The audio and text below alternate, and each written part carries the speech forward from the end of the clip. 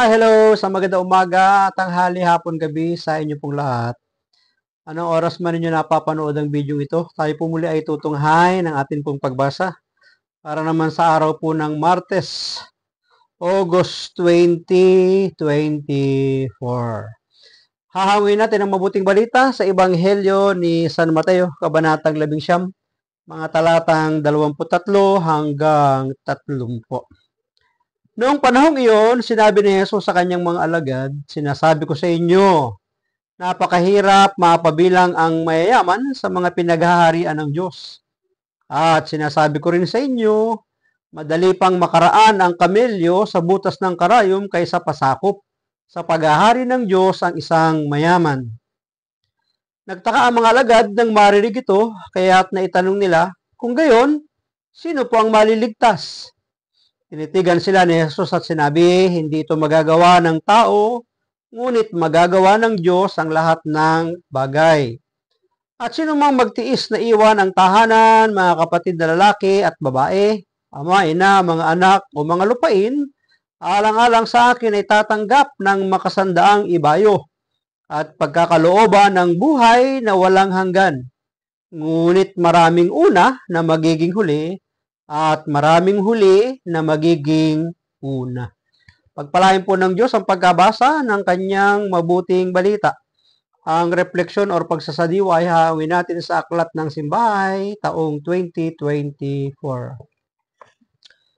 Sinasabi ko sa inyo, napakahirap mapabilang ang mayayaman sa mga pinaghaharian ng Diyos.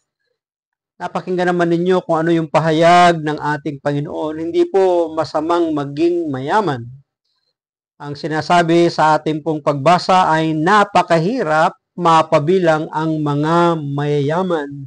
Bakit po kaya napakahirap mapabilang? Sapagkat marami pong mga panahon at pagkakataon na kapag ang isang tao ay yumaman, sumagana sa lahat ng bagay, nakakaligtaan niya na ang nagbigay ng kanyang kayamanan, kasaganahan at karangyaan ay ang Diyos.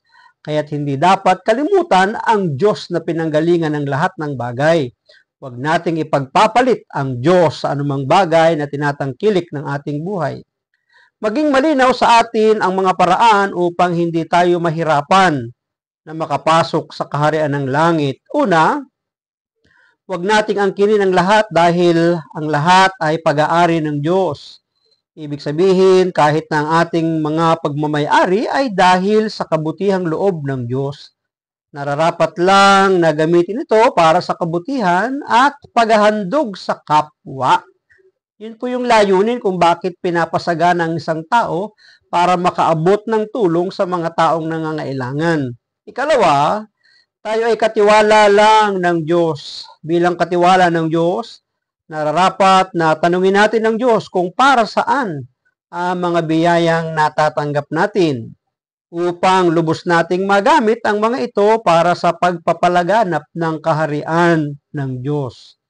Ikatlo, itong mga yaman ay maaaring kunin ng Diyos sa anumang oras. Totoo yun kasi sa Kanya nanggaling ang lahat ng bagay, pinagkatiwala nga lang. Paging malaya nawa tayong bumitiw upang hindi mapigilan ang nais ng Diyos para sa ating buhay.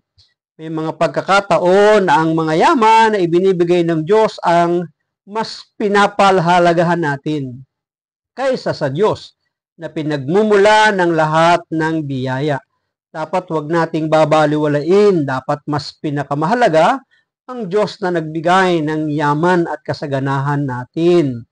Ito ang malaking dahilan kung bakit nagiging tunay na mahirap makapasok sa kaharian ng langit. So yun yung dahilan kung bakit napakahirap na ang isang mayaman ay mapabilang sa kaharian ng langit sapagkat winawalang kabuluhan niya, pagpapahalaga, ang pinanggalingan ng lahat ng bagay na siyang nagkatiwala sa atin.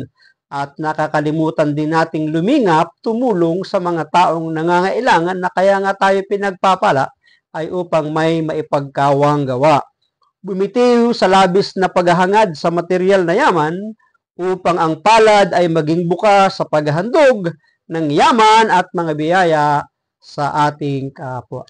Maraming salamat at pagpalain tayo ng ating Panginoon. Ang aking lamang palaging sambit, I love you with the love of the Lord. Bye-bye and bye-bye.